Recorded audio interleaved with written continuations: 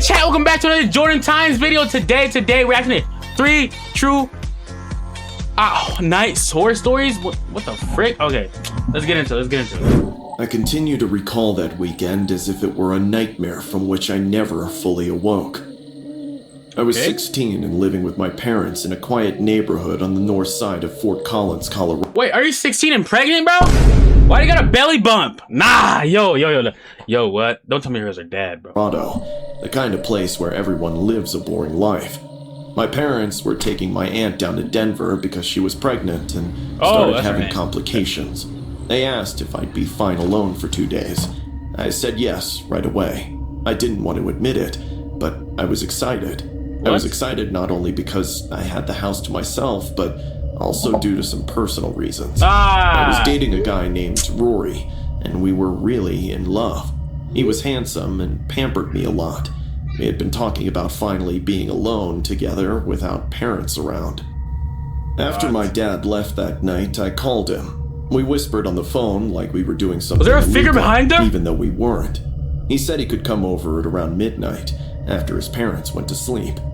I told him the passcode to the front door so he wouldn't have to ring the bell. I asked him to come straight upstairs because I'd probably already be in bed. After we hung up, I felt nervous, but this is stupid. It's a guy you've only been talking to for a while and you're inviting him to your house? Like, what are you doing, bro? Like, that's one way to get murdered, bro. In a good way. My hands were actually shaking a little while I cleaned the kitchen and double-checked the locks. I locked every door. I checked every window. I turned off all the downstairs lights. Then I went to my room and lay in bed. I lay there, staring at the ceiling, my phone warm in my hand, replaying our conversation in my head and imagining how it would feel when he finally walked into my room. What? I kept smiling for no reason. Then, suddenly, worrying for no reason too. My heart wouldn't slow down. The house felt too quiet, like it would— At least her brain's actually working, because, like, what do you mean, come straight to my bedroom. I give you full permission to enter my house and come— like, yo, she's stupid, bro. She's actually stupid, bro. Holding its breath. Every small sound stood out. The hum of the fridge downstairs, the tick of the hallway clock, and the wind brushing the window. I wore a really cute blue nightdress as a surprise for Rory. I must have fallen asleep thinking so hard for an hour straight. At some point, I woke up. I didn't know why at first, but somehow I felt I wasn't alone in the house. With sleepy eyes, I scanned the room, and there was no one other than me. I went back to falling asleep when I heard a slow creak of my bedroom door opening. I remember smiling into— Yo, she looks creepy. So, oh, nah, hell no. My pillow, and then turning to the other side to hide my excitement. I called out to Rory, telling him to come in. I also asked him what took him so long, but he didn't answer right away. He walked up to my bed and then slowly brushed his fingers all over my arm. It tickled and made me chuckle. I told him to lie down under the covers with me, but he just sat down on the bed. I felt the bed dip slightly with its weight. Up until now, he didn't say a single word, so I got a bit annoyed and told him to lie down and stop being weird. He still didn't say anything. That should have been my first real warning, but when you're half asleep, your brain fills in the blanks the way it wants to. I reached my hand back without looking, trying to find his arm so I could pull him closer. What I touched was not what I expected. The arm wasn't smooth or familiar. It was thick, extremely hairy, and quite— Run away! Run away! Yo, that's a hairy beast! Run away, bro, run away! Run up! Put your, run! Teenage boy. My hand froze. Every part of me went cold at the same time. I rolled onto my back, and I saw him, the person sitting on my bed, touching me a few moments back. Yo! Was not my boyfriend. What the fuck is that? Why is he so hairy?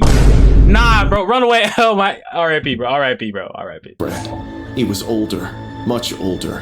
His face was lined, his hair thinning, and his eyes were wide in a way that didn't look right. What? He was sitting inches from me. Yo, he's licking his lips! Get him out of here! What? Waited for this opportunity for so long. I screamed. He flinched back and raised his hands. What? Shh. Don't scream. I just came to watch you sleep. What? Run away! You can beat him! Just like, run through the door and beat him up. Like just go through, like, beat him up. Drop him on the floor and run away, bro. What does he mean? Shh. I'm just watching to sleep. You stupid, bro. You actually stupid, bro. Like, lock him. Oh my god! Mr. Paulson? Is that you?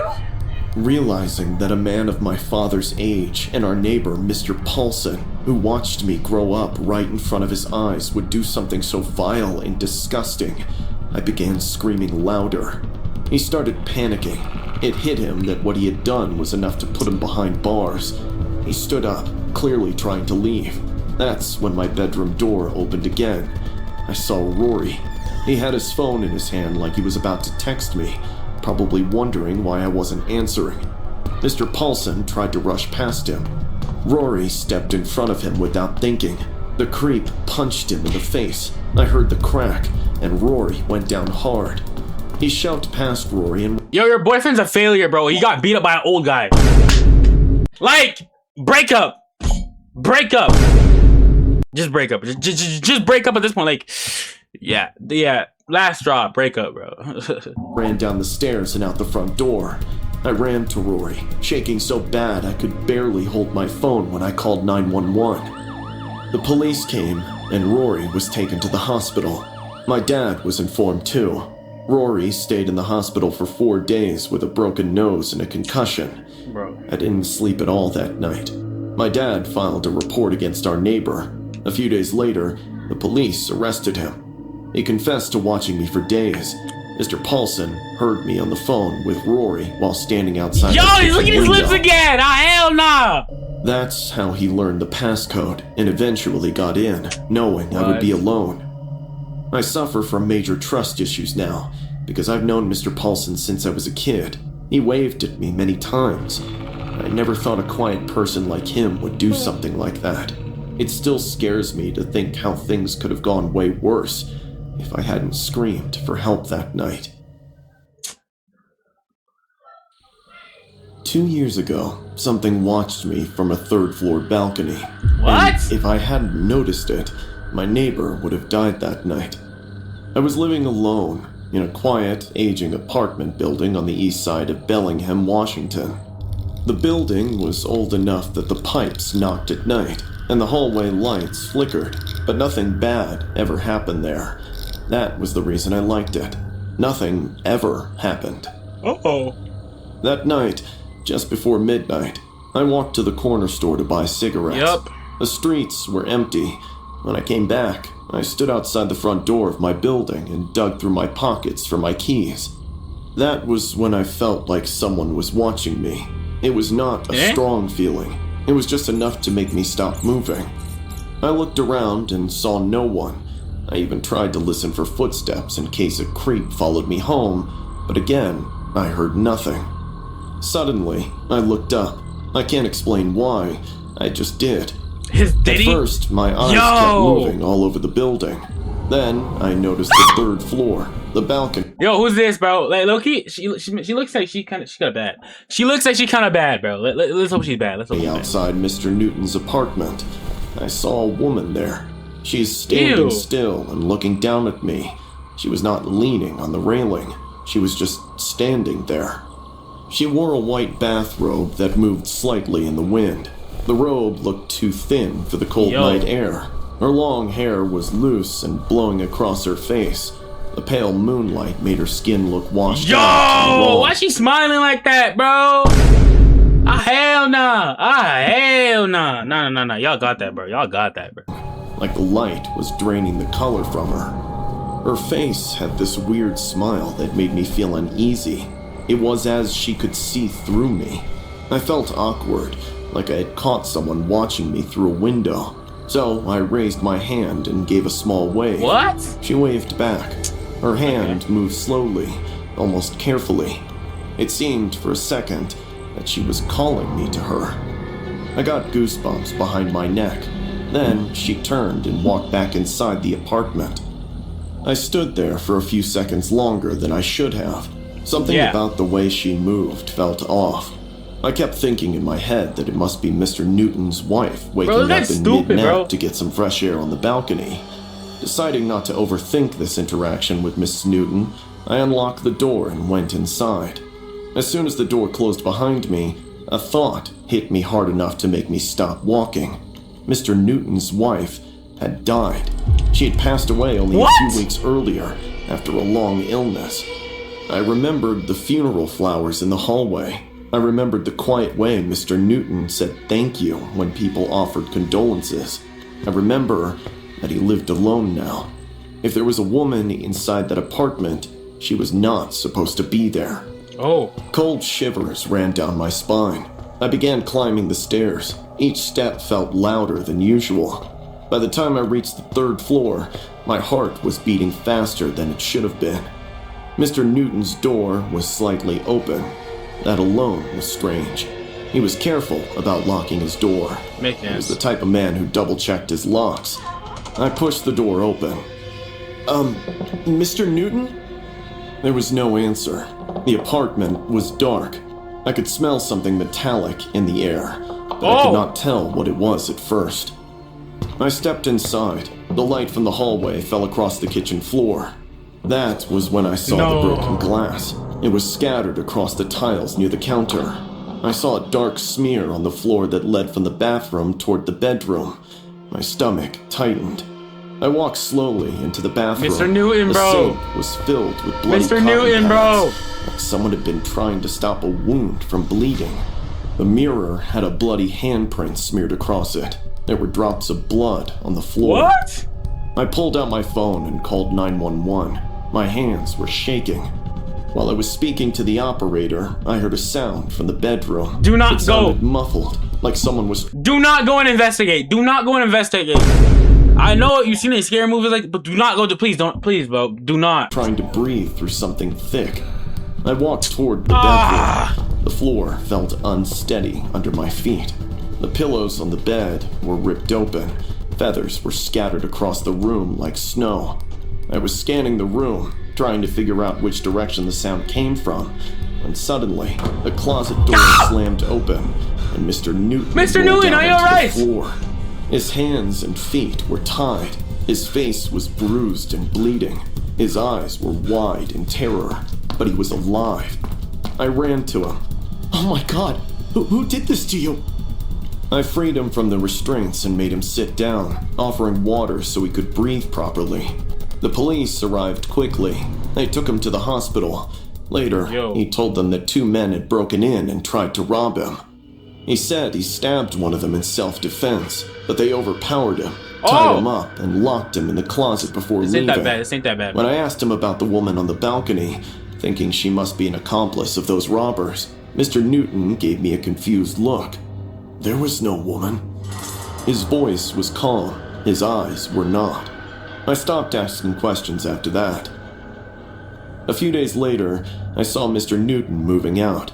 I watched from my window as he loaded boxes into his car. I noticed him holding a white bathrobe. It looked exactly like the one the woman had been wearing that night on the balcony. I went outside. Is that yours, Mr. Newton? No, it belonged to my wife. But why are you asking? I don't recall what I said in reply. Whatever that woman was, it wasn't there to scare me. It was there because if I hadn't looked up that night, Mr. Newton wouldn't be alive. Yo! Mr. Newton got saved by his dead wife, bro. Yo, you should have just told him the story. Like, Mr. Newton, your dead wife saved, like, dead ass, bro. But like, that W, dead wife. Everybody spam W, dead wife in chat, bro. My dog Ranger died this morning. He was old. His fur had turned gray around his eyes, and his legs had started to shake when he walked. The veterinarian said that it was peaceful, and that Ranger went in his sleep. I nodded, thanked him, and held Ranger's collar in my hands the whole drive home. I didn't cry right away. I only cried when I sat on my bed and realized that the house felt too quiet again. It felt the same way it did that night. I was 9 years old and living with my parents in a small house on the edge of Bozeman, Montana, where the streets are dark at night and the wind always sounds like something is moving through the trees. My parents were out for a business dinner. They told me that they would be gone for a few hours or possibly overnight. They told me to lock the doors and keep Ranger inside. Ranger was a German Shepherd with a blocky head and a chest like a barrel. He slept at the foot of my bed every night. That night, I remember feeling proud to be home alone. I also remember feeling uneasy about it a few moments later. The house sounded louder than usual. The refrigerator hummed, the pipes knocked, the trees scraped against the siding when the wind picked up. Ranger kept lifting his head and listening. I tried to play video games, but I kept pausing the screen so I could listen to the house.